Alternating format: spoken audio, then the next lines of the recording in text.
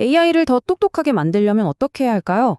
보통은 당연히 데이터를 더 많이 넣어야지 라고 생각하잖아요? 그게 거의 정설이었죠. 근데요, 오늘 우리가 살펴볼 이 누누는 그 생각의 정면으로 아니라고 말합니다. 무려 150배나 적은 데이터로 똑같은 최고 수준의 성능을 내는 비결. 자, 지금부터 그 비밀을 한번 파헤쳐 보겠습니다. 바로 이 질문. 이게 오늘 우리가 파고들 주제의 핵심입니다. 지금까지 AI를 훈련시키던 방식, 그 패러다임을 완전히 뒤집어버리는 양이 아니라 질에 집중하는 아주 새로운 접근법을 소개해 드릴게요. 기존 방식은 아주 간단했어요. 그냥 데이터를 더 많이 들이붓는 거였죠. 근데 새로운 방식은 얼마나 많이가 아니라 어떤 데이터냐에 초점을 맞추는 거예요. 그러니까 AI에게 진짜 필요한 제대로 된 데이터만 쏙쏙 골라서 가르치는 거죠. 이제 중요한 건 데이터의 양이 아니라 AI가 뭘 배우는지, 그 내용의 깊이와 다양성이라는 겁니다. 자, 그럼 첫 번째 이야기, AI 데이터 딜레마입니다. 여기서는 AI 성능을 높이려고 썼던 기존의 방법들이 왜 한계에 부딪혔는지 한번 살펴볼게요. 왜 그냥 데이터만 많이 넣는 걸로는 부족했는지, 그 이유를 확실하게 짚고 넘어가 보죠. 문제가 뭐였냐면요. 바로 이 빙산 그림 같은 상황이었어요. 기존에는 데이터가 얼마나 다량한지 볼 때 저 물 위에 떠 있는 빙산의 일각처럼 그냥 표면적인 텍스트, 그러니까 얼마나 여러 가지 단어를 썼나 이런 것만 봤단 말이죠. 근데 이건 AI가 실제로 뭘 배우고 있는지 알려주는 아주 약한 신호에 불과했어요. 진짜 중요한 건 저 물 밑에 잠겨 있는 거대한 본체, 그러니까 AI가 문제를 풀기 위해 진짜로 이해해야 하는 깊숙한 개념들이었는데 이걸 측정할 방법이 없었던 거죠. 그래서 이 논문은 아예 생각을 바꾸자고 제안합니다. AI의 겉, 그러니까 데이터를 보지 말고 AI의 속, 말하자면 그 다음 속을 한번 들여다보자는 거죠. 자, 지금부터 AI가 세상을 어떻게 이해하고 있는지 그 내부를 직접 분석하는 혁신적인 방법으로 들어가 보겠습니다. 여기서 정말 중요한 개념이 나오는데요. 바로 피처입니다. 피처라는 건 AI 모델이 배우는 우리가 해석할 수 있는 하나의 개념이나 패턴을 말해요. 비유하자면 학생이 그냥 글자를 읽는 게 아니라 그 글을 통해서 지식 조각 하나를 머릿속에 넣는 것과 똑같다고 보시면 돼요. 예를 들면 부정행위라는 그 개념 자체가 하나의 피처가 될 수 있는 거죠. 그럼 이 피처라는 건 대체 어떻게 찾아낼까요? 바로 희소 오토인코더, 줄여서 SAE라는 도구를 씁니다. 과정은 이래요. 일단 AI 내부에서 일어나는 복잡한 신호들, 즉 신경망 활성화를 들여다봐요. 그 다음에 이 SAE가 마치 똑똑한 사전처럼 작동하면서 그 신호들 속에서 의미 있는 패턴, 즉 피처들을 하나하나 짚어내는 거죠. 특히 SAE가 대단한 건 희소성이라는 제약을 걸어서 수많은 신호 중에 정말 중요한 핵심 신호 몇 개만 쓰도록 만들어요. 그래서 각 피처가 딱 하나의 중요한 개념만 담당하게끔 하는 거죠. 이렇게 해서 결국 AI가 지금 뭘 알고 있는지에 대한 일종의 지식 지도를 완성하게 되는 겁니다. 자, 이제 AI의 지식 지도를 그릴 수 있게 됐어요. 그럼 다음은 뭘까요? 맞아요. 바로 그 지도에서 비어있는 곳, 즉 빠진 조각을 찾아내는 겁니다. 이 논문이 제안하는 아주 기발한 해결책은 바로 이 빠진 부분을 채워 넣어서 데이터셋을 훨씬 똑똑하게 만드는 방법에 대한 이야기입니다. 여기서 이 논문의 핵심 지표인 피처 활성화 커버리지, 줄여서 AFC가 등장합니다. AFC는 뭐냐면요. 이 데이터셋이 AI한테 얼마나 많은 필수 개념, 즉 피처를 가르쳐주는지 그 커버리지를 재는 새로운 척도예요. 중요한 건 그냥 텍스트가 얼마나 다양한지가 아니라 AI가 진짜로 학습한 개념이 얼마나 넓고 깊은지를 본다는 점이죠. 이 FAC라는 개념을 가지고 FAC 합성 프레임워크라는 걸 만들었어요. 이건 세 단계로 움직입니다.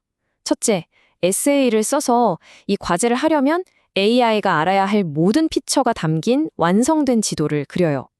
둘째, 지금 보시는 그림처럼 기존 데이터가 가르쳐주는 피처랑 이 완성된 지도를 비교하는 거예요. 그래서 저기 빨간 원처럼 이 부분이 빠졌구나 하는 지식의 구멍을 찾아내죠. 마지막으로 바로 그 빠진 부분을 가르쳐주기 위한 맞춤형 데이터를 새로 만들어내는 겁니다. 정말 족집게 과외나 마찬가지죠. 자, 드디어 이 분석의 하이라이트입니다. 이 새로운 방법이 과연 얼마나 엄청난 결과를 가져왔을까요? 더 적은 걸로 더 많은 걸 해내는 그 놀라운 효율성 한번 직접 확인해 보시죠. 와, 정말 믿기 힘든 숫자죠? 150배입니다.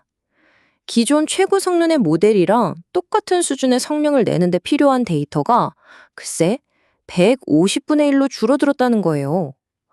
이건 정말 AI 개발의 판도를 완전히 바꿀 수 있는 어마어마한 효율성 향상입니다.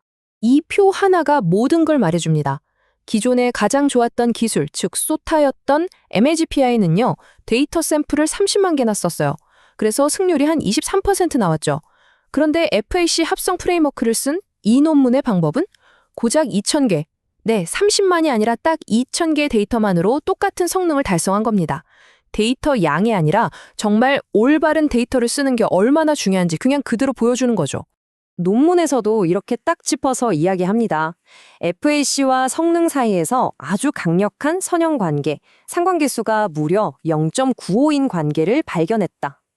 이 말이 왜 중요하냐면요. 상관계수가 1에 가까운 0.95라는 건 FAC, 즉 학습된 개념의 커버리지가 높으면 높을수록 모델의 실제 성능도 거의 비례해서 쭉쭉 올라간다는 뜻이거든요.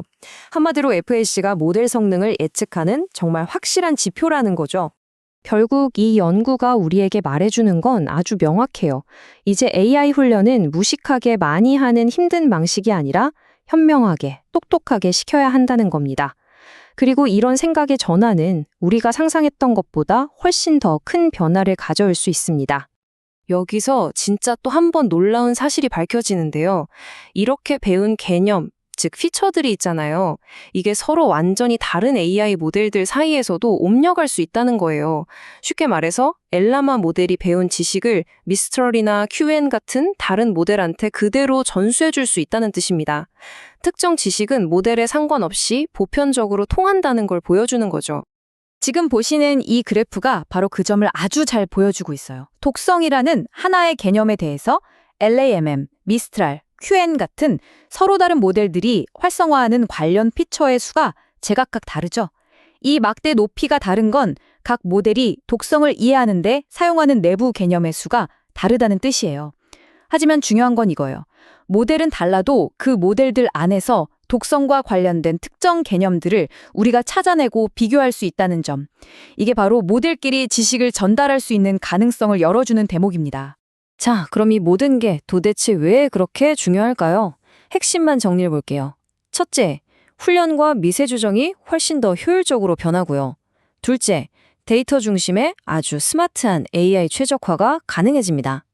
셋째, 당연히 AI 개발에 드는 돈과 시간이 확 줄어들겠죠? 넷째, AI의 행동을 아주 정밀하게 조종하고 또 윤리적인 방향으로 이끌 수 있는 가능성이 열려요. 그리고 마지막으로 모델들끼리 지식을 공유하는 완전히 새로운 길이 열린 겁니다. 양보다 질로의 전환, 이건 AI 분야 전체에 그야말로 혁명적인 한 걸음이라고 할 수 있습니다.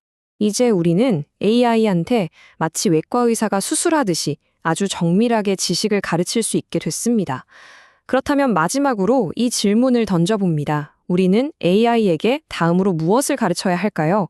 이 연구가 열어준 새로운 가능성 위에서 어떤 미래를 그려나갈지는 이제 우리 모두의 손에 달려 있습니다.